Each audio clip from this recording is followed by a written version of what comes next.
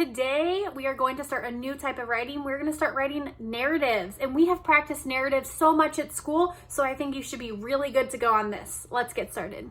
So today I'm going to show you an example of how to write a personal narrative, and the title of our personal narrative today is On the Playground. So you have 3 illustrations. If you don't want to use those illustrations, you can use the blank page with the 3 empty boxes and create your own illustrations to go with your personal narrative. So you have first, then, and last. So you have 3 things that you did. Okay, so I'm going to show you the example. You also have a copy of this example, so follow along if you like. Here's a copy of the finished example. So what you can see is that each illustration matches the sequence in the story. So first, what we say first is going to match our first picture. Then you'll see what happens next. And then last, you'll see what happens that matches our illustration. So again, our title today is called On the Playground. One day I played on the playground. So that sentence is starting off our story and telling what happened. First, look what happened first. First, I went on the swings. That illustration matches the first part of the story. Then I went down the slide. You can see that that illustration also matches. Last, I played hopscotch. I had fun. Okay, so we started off talking about telling the audience what we're going to talk about.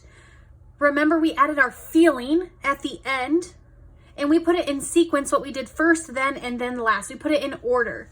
So at the bottom here, you're going to have your little boxes that tell you things you need to do to check your work.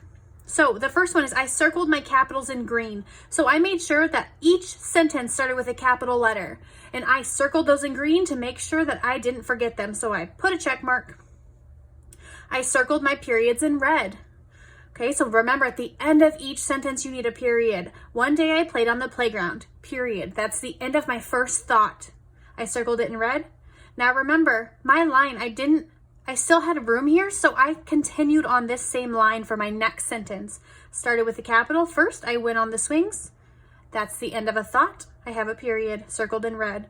Then I went down the slides. That's our next thought with a period circled in red. Last, I played hopscotch with our period circled in red. I had fun. Now this is not a period. Remember, that's an exclamation mark. It is a punctuation, and it is a way to end the sentence.